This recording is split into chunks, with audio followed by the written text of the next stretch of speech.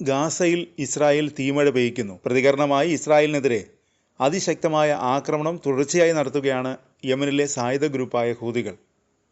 ഗാസയിലെ വംശഹത്യയ്ക്കും ഇസ്രായേൽ ഭരണകൂടം തുടരുന്ന ആക്രമണത്തിന് മറുപടിയായി കനത്ത ആക്രമണം പ്രഖ്യാപിച്ചിരിക്കുകയാണ് ഹൂതികൾ.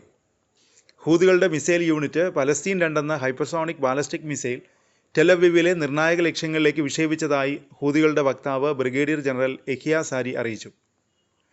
യമൻ സായുധ ഗ്രൂപ്പിൻ്റെ മിസൈൽ വിക്ഷേപണത്തെ തുടർന്ന് ഇസ്രായേൽ പ്രധാനമന്ത്രി ബെഞ്ചമിൻ നെതന്യാഹു സഞ്ചരിച്ച വിങ് ഓഫ് സിയോൺ വിമാനം അടിയന്തര ലാൻഡിംഗ് നടത്താൻ നിർബന്ധിതരായതായി ഇസ്രായേൽ മാധ്യമങ്ങൾ റിപ്പോർട്ട് ചെയ്തു. ഹൂതികളുടെ ഡ്രോൺ യൂണിറ്റ് തെക്കൻ എയ്ലാത്ത് പ്രദേശത്ത് സ്ഥിതി ചെയ്യുന്ന റാമോൺ വിമാനത്താവളം ലക്ഷ്യമാക്കി 2 ആക്രമണങ്ങൾ നടത്തിയതായി ഹൂതികൾ അറിയിച്ചു. ആക്രമണങ്ങൾ രണ്ടും വിജയകരമായിരുന്നുവെന്നാണ് ഹൂതികൾ അവകാശപ്പെടുന്നത്. യമനിൽ നിന്ന് വിക്ഷേപിച്ച ഒരു മിസൈൽ ജെറുസലേമിലും മധ്യപ്രദേശങ്ങളിലും വ്യോമാക്രമണ സൈറനുകൾ മുഴക്കിയതായി മാധ്യമങ്ങൾ റിപ്പോർട്ട് ചെയ്തു.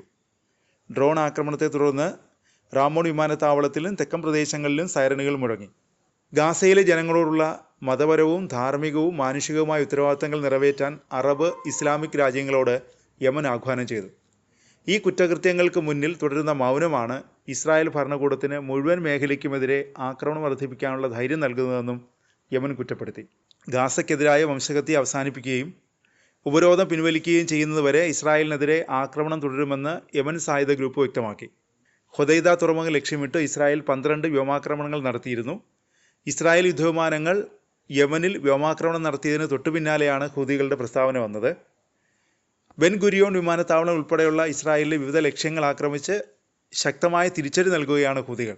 ഇസ്രായേലിൻ്റെ വംശഹത്യ അവസാനിപ്പിക്കുകയും ശ്വാസം മുട്ടിക്കുന്ന ഉപരോധം നീക്കുകയും ചെയ്യുന്നതുവരെ ഗാസയെ പിന്തുണച്ച് തുറമുഖങ്ങളിൽ ഹൂതികൾ സമുദ്ര ഉപരോധം ഏർപ്പെടുത്തുകയും ചെയ്തു.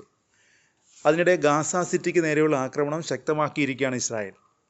നഗരത്തിൻ്റെ മധ്യഭാഗത്തേക്ക് 2 ദിശകളിൽ നിന്നുമായി ഇസ്രായേൽ സൈന്യം തള്ളിക്കയറുകയാണ്. മുഴുവൻ ജനങ്ങളും ഉടൻ ഗസ സിറ്റി വിടണമെന്ന് ഇസ്രായേൽ സേന അറിയിച്ചു. തുടർച്ചയായ ആക്രമണങ്ങളിൽ ഗസ സിറ്റിയിലെ ജനങ്ങൾ പരിഭ്രാന്തരാണെന്ന് അൽ ജസീറ റിപ്പോർട്ട് ചെയ്തു. വ്യാഴാഴ്ച ഗസ സിറ്റിയിൽ കുറഞ്ഞത് 40 പേർ കൊല്ലപ്പെട്ടതായി അൽ ജസീറ റിപ്പോർട്ട് ചെയ്തു. ജനങ്ങൾക്ക് സഹായം എത്തിക്കാനുള്ള ശ്രമങ്ങളെ ഇസ്രായേൽ തടയുന്നുവെന്ന് UN ഹ്യൂമാനിറ്റേറിയൻ ഓഫീസ് കുറ്റപ്പെടുത്തി. അതിനിടെ ഗാസയിൽ അടിയന്തര വെടിനിർത്തൽ ആവശ്യപ്പെട്ട് UN രക്ഷാസമിതിയിൽ വിവിധ രാജ്യങ്ങൾ കൊണ്ടുവന്ന പ്രമേയം അമേരിക്ക വീറ്റോ ചെയ്തു.